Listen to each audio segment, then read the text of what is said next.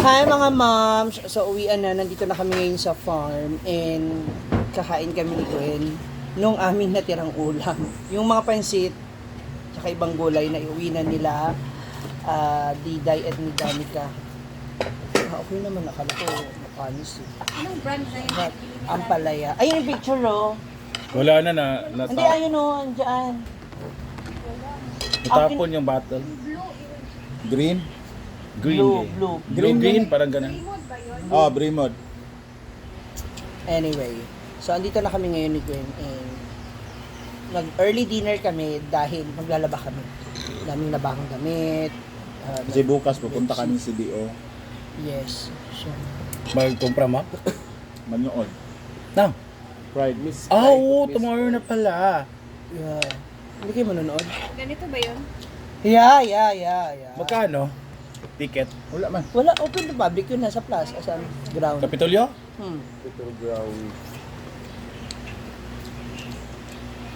We're going to Lugo baka pa doon kasi may tournament ako bukas. Sana all. Sclaveria ba? LGBTQ choice. Kain po. Mas gusto ko magkamay mga moms. Siya adapted sa Claveria. Ako adapted siya sa kain. Diba Diba? sa Piccolo? Ma. Si anong, ano? Huwag niyo akong ano yun. Diba? Oh. Kasi alam niyo yung problema. Si Rhea talaga. Mar, bihira ako mag-uwi ng tirang ulam. Pag may tirang ulam, Alam mo. Hindi lahat. Hindi lahat na ako. sa bagay, okay lang din naman kasi hindi naman araw-araw piyesta talaga doon. At may mga teacher na nagtitinda rin sa loob ng mga lutong ulam na. Talaga? Extra income nila ba? Oo, ma-discard. Kanina, si ma'am, chicken curry. Ay, bala ko pa naman schedule ko bukas. But it's normal. Kaya. Yeah, okay na naman. Wala namang kaso sa akin yun. Kumbaga, less yung mga customer ba? Dahalap ng buhay ko. Naluga, Totoo. nahurot imong lugaw ganina. Normal ka, ma'am. Yung nga lang kasi syempre, ang kagandahan lang sa kanya kasi, wala pa siyang tauhan. Ampalaya. Ito to. Ampalaya. Pala yan. Yun sa Ampalaya. Sa akin, sa Claveria, pag ano yung hindi naubos, hindi ko talaga ibebenta kinabukasan. After 2 days ko na Ang ibebenta. gulay. Ang gulay ko. Ang torta kasi talaga given, ang manok given, fried lagi. Dinuguan. Araw. Yung nangka nung nakaraan kasi 'di ba? Nung unang araw sold out, kinabukasan kalahati lang na benta. Parang kulang sa pagkaluto. Ayan. Sino nagluto ito? Chef. Kahit ang paksiw na ano tulingan. Ano? Ano yan? Kasi may ulam sila ito paksiw ng tulingan. Ang Ano gata yan? kay naughan. Oh, ito. No? Na-over? Ano lang, yung gata niya, hindi marami. Sakto lang. Masarap sa ano talaga, gatang tulingan pag Magata. umaapaw yung gata. Yes, yung sabaw.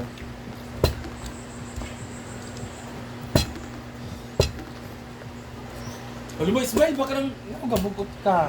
Hindi ka na naman pumasok, Paloma. Hindi siya papasok forever.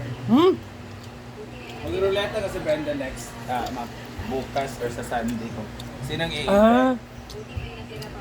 Ma-adapt ka na as ano, regular. So, hindi ko Marami namang benefits dito. Gabi-gabing daseng.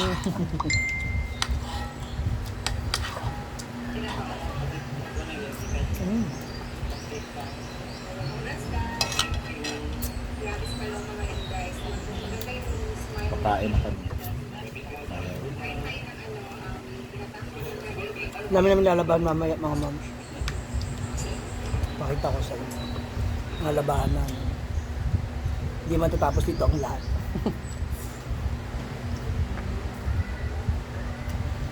Kamusta ka itong week na to? Pagod. Ha? Galing. Pero minimum masaya na nakakapagod. No? Subukan ko na naman gumising ng alas 4. Ba? Last kong gumising ng alas 4 na yung consistent ka high school. Hindi pala. Nagtrabaho na pala ako sa catering. Sa Manila. Kailangan yung gumising. Dahil pinapakain Sarap- namin sarap ng luya. Kailangan on time yung ulam.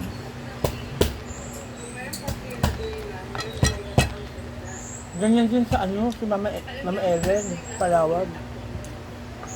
Cut out ma. Yun ang hawak niya kay Terry. 200 packs. Lalo na pag may exercise yung mga sundalo. Yeah. Alas 5 pa lang prepared na dapat. So, anong oras ka gigising? Hindi mo pwede alas 4 din.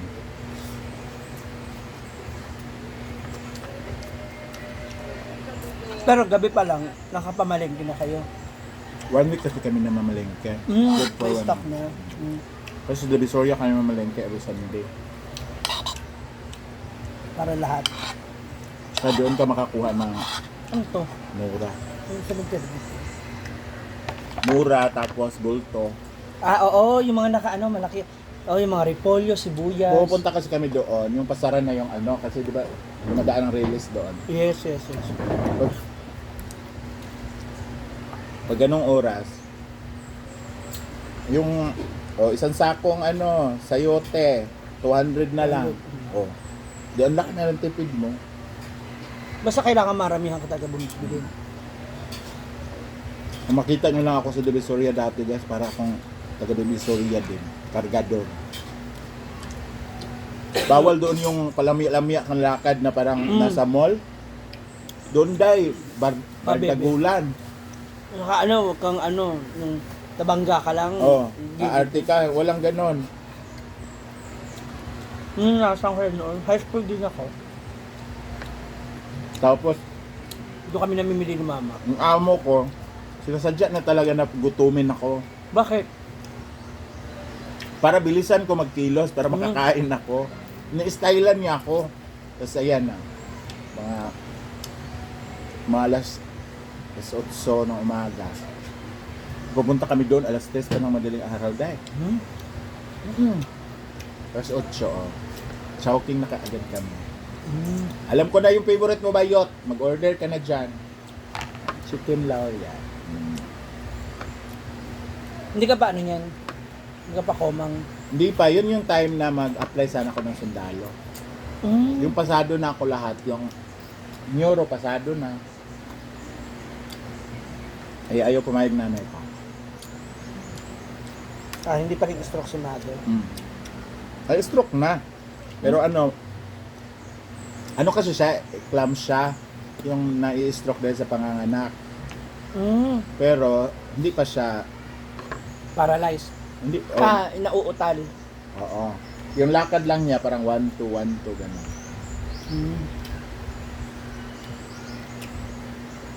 Kasi daw, sabi ng nanay ko, 15 days lang daw yung pagiging lalaki ko.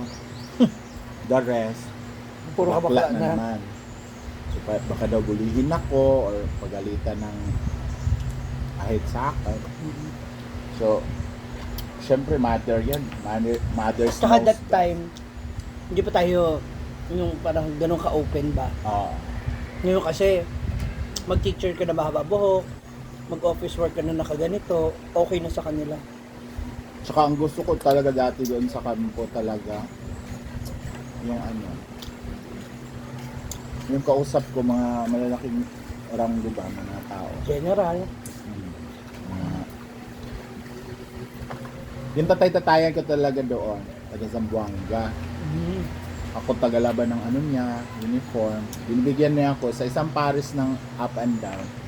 1,000 a day. Kasama na yon plancha, army roll. Kailangan Paano yung ano niya? matigas yung dito. Kailangan makaganon talaga yung dito sa mga pilyo. Tapos pag pinaplancha mo, dapat hindi gusutin. Kaya kailangan ng cornstarch. Sa Napukula. sa amin, Almerol ang tawag. Almerol Ina-almerol. na. Yan. Para hindi siya mabilis malukot, matupi. Pati panyo, day, kailangan kung ano yung Tupi. strands ng ano, ganun dapat. Yung tamang tupi. Kaya kumikita ako noon. Ang sarap no? Tapos pagkagabi, nagmamasahe ako sa mga, ano. Andun na. Sa, Nagmamasahe ako ng mga sundalo. ano additional charge din? Oh. Nang. Tapos ano, sabi ko, kaya na sir. Ha? Boxer lang sila. Boxer lang. Ano suot? Bakla may pag nanasa ka. Alam ko na. Sabi, alam nyo naman yun. Ba't nyo pa ako kinukuha ng ano? Sige na. Pero hindi ko nahawakan. Tingnan ko Sige lang. na, umalis ka na. Kasi gusto nila na ano, yung hagod ko dati. Ang lakas ko pa dati nagilot talaga. Tapos may mga suki akong biyuda, yung kakamatay lang ng asawa, tapos kukuha ng mga benepisyo sa Manila. Sinasama din ako sa Divisoria, mamili ng pasalubong. Bakla, bibigyan ka na ng bibilhan ka pa ng mga damit para sarili mo. Tapos pag-uwi nila, kasi magpasama sila, bakla, samahan mo naman kami sa church. Bakla, gusto namin mag-inom. Sinasama ako, binibigyan ako 1.5. Pinakamababa yung binibigyan nila sa akin, 500. Pero libre lahat. Tapos may pasalubong ka pang bit-bit na mga damit, shorts. Given a chance na mayaya ka ulit mag-work yun, okay lang. Ang sarap no? Hindi dahil mabilis ang pera. Tapos, yung mga biyuda doon na matagal na, saka yung safety rin. na pabalik-balik na, naging close ko. Alam mo ba, may isang biyuda na tumba sa CR. Tapos, hindi na siya makatayo kasi nga, parang na, ano talaga yung, ako nagbantay sa ospital, ako nagbuhat pababa kasi hanggang 4th floor yung parang condo type na ano doon.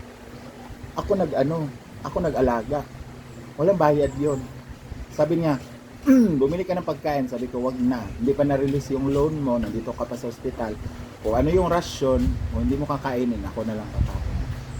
May isa din na retirees na sundalo, inatake. O, kasi nag-inom ng beer, tapos natulog. Hindi na nagising. Ano siya, na coma. Ako rin nagbantay ng ano, sa hospital ng mga sundalo, doon pa rin sa loob. Tapos sabi, sir, ano mo ba to? Sabi ko, ay hindi po, volunteer lang po ako dito. Sabi niya, paano to sir? Ano na, hubaran nila, tanggalan lahat, pati yung ID. Sabi niya, anong pangalan nito? Sabi ko, siguro may ID yan sir. So, lahat ng mga sundalo na mga doctor, nurse, kinapkapan, nakuha yung ano, sabi nila, sige, ikaw na kumuha sa ano, ikaw man yung volunteer, ikaw kumuha sa ID. Andun sila nakatingin sa akin.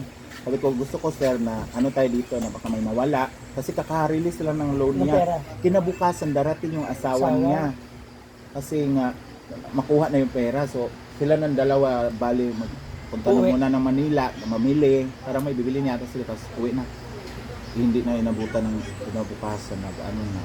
Na-atake siya. Kina ko yung pera. Sir, ito yung pera niya dito, sir. Oh, may 50,000 yata yon. Kasi parang nag-withdraw mo na siya. Kasi nga darating yung asawa niya para pambili. Pero yung loan talaga nila, nasa bangko nila dumiretso. Ito, sir, 50,000. Nakikita niyo. Ito, ID, lahat. Pati yung sing-sing niya, kwintas. Sinurinder ko sa mga sundalo na mga nurse at saka ano. Oh, sige, naniwala naman kami sa'yo. Sabi ko, gusto ko sir, ilagay nito sa isang plastic. Kasi ayokong hawakan. Baka kasi gawin ng ebidensya, gano'n, na mahawakan ko, gano'n. Ano. Sabi, huminga pa naman yung ano, kasi coma lang. Ano. Sabi ko, sir, huwag ka munang mamatay, sir. Ang lamig-lamig pa ng beer doon, oh. Bakla, sinipa ako, day. Sinipa talaga ako, day. Maya-maya, dumatay asawa. Wala, tigok. Sabi ng asawa, salamat ha. Walang problema, madam. Yun siguro yung purpose ko dito sa mundo. Ilang beses dahil lahat ng hospital doon sa parang condo na yon, ako nagbabantay. Oo. Tapos sabi nila, magkano binayad sa'yo? Anong bayad? Nag-volunteer ka na nga, magpabayad ka pa. Kaya siguro hanggang ngayon, dala-dala ko pa rin. Yung Hindi, tsaka alam mo, Hindi, alam mo na, parang inihanda ka kasi hindi na mangyayari kay mother. Kung ano yung magiging sitwasyon. Tapos yung byuda pa yun na, apaka-arte yun te. Byuda siya na matanda na, panay, ganun sa kilay. Tapos nakaganon talaga. Ganun. Nadulas. Sa CR. Bagok ang likod. Na ganun. Oh my God, it's a pain here. Arte-arte pa dahil. Kahit ano, binuhat ko. Hindi pa ako bali nun. Binuhat ko ganyan. Takbo ako pababa. Kasi Hindi nalaglag. hagdan lang na. Payat-payat pa nga ako konti. Hindi, pero syempre kasi nararatel ka, tapos mababa ka may buhat. Tapos may nakasunod din mga byuda, yung mga ka-roommate niya. Well, dala yung mga gamit niya. Oh my God! I'm so pain. Sabi ko talaga, iuntog ko kaya to. Ang arte-arte na malalagutan ka na ng hininga dyan. Arte-arte mo pa, it's so pain ka dyan. Kasi ano siya, dating teacher yata siya, principal, na asawa niya na patay na sundalo. So, ano siya, sophisticada ba na babae? Yung kung anong uso meron siya, ba yun, backless yun kahit hating gabi na. Sabi ko talaga siguro ito yung purpose ni God sa akin. Masarap balikan yung mga nakaraan. Sabi ko talaga hindi ako yayaman kasi ang bilis kong maawa. Alam mo yung ang hard ng mukha mo pero ang lambot ng puso. Hindi mo naman kasi kailangan ng maraming pera para lang matawag kang mayaman. Hindi, di ba siguro Sa bagay, tayo kasi literally, kapag alam mong maraming bahay, maraming sasakyan, Mayaman maraming bahay, maraming pera, mayaman na. sabi ko talaga, ito yung purpose ni God sa akin. Siguro. Yun pala, hinahanda niya ako for my mother na Ganyan yung sitwasyon. hindi ako mataranta, yung paano ko i-handle yung situation. Correct. Kaya nung kay mother, ano lang, smooth lang talaga. May pero nagdadaan ng financially sa hirap, pero Ay, kay mother dahil, never. never. Yeah. Kasi, Naging smooth lang. never din ako nanghingi ng tulong ha, pero kusa siyang dumarating. Pag kailangan mo, Oh. parehas tayo. Yung hospital dyan siya sa NMMC na nag-live ako. Nakalikom akong 12,000 tapos na-scam. Oo nga pala, na-scam ka na. Oo, 12,000 yon. Tapos parang nahiya na akong magsabi. Pero nag-post na rin ako na na-scam po ako kasi ganito ganyan. Agad-agad may tumawag sa akin. Yung 12,000. Nadamay pa yung ano ko. Nadamay pa yung 4,000 ko doon sa GCash ko. Bali, 16. Pinalitan niya, 16,000. Parang viewers pa rin siya hanggang ngayon pero hindi ko na lang talaga siya maalala. Kasi ano talaga, hindi ba yun si Mama A? Parang si Mama A yata yun. Oo, parang siya talaga yun. And again, yung mga, sabi nga nila, your experience is your best teacher. So lahat ng yan may dahilan bakit nararanasan natin. Kaya ngayon, alam mo naman, pinagdaanan ko ngayon sa kapatid ko na nag-ano ng Big C. Grabe talaga. So hindi ko nga pinopost eh. Kasi ayoko rin na, syempre may asawa siya, ang asawa din niya is ayaw din na. Pero ngayon kasi na-open na nila kasi nung 14 lang, tinanggalan na siya ng dalawang ano. Tapos pati yung thyroid niya na may bukol, tinanggal na rin. So thanks God kasi smooth naman yung ano.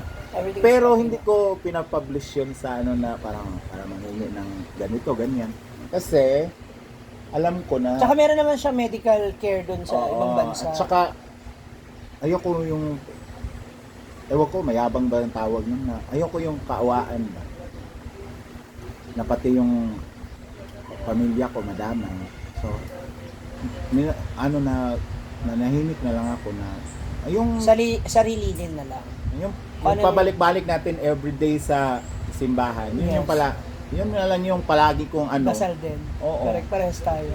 Kasi kung financial naman, makikita mo talaga eh. Pero yung hindi mo kasi hawak yung kung ano yung kapalaran. Yes, kung ano yung mangyayari sa buhay natin. Kaya Sa kinabukasan. doon ka talaga kakapit sa taas. Kaya sabi ko talaga, lahat ng ito ngayon, dinaranas ko na naman. Tama. Natin. Ano to, part to sa gusto ni God na may gusto siyang Ihanda. may gusto siya ipaparating sa atin na baka may mali tayong nagawa, o may So, dapat kang paghandaan, so, may ito dapat yung- kang ito matutunan. Kaya, sabi ko talaga, I'm not financially stable, pero lumalaban. Diba? Tsaka nakakaano, Oo. survival. Oo. Survivor. Sabi nga nila, ang importante naman sa isang tao, makakain ka 3 times a day, maka-snack ka ng 5 times a day. Ganon! Kaya huwag ka na mangarap na magkakakotse, magkaka-house and lot. Yes. Ang importante, makamerienda ng 5 times a day. Kaya naman, maraming salamat sa panonood. Naubusan namin. Tara na at maglaban na siguro. Usan tayo napadpad. Maglalaban na kami bago pa kami abutan ng dilim. God bless you, babu.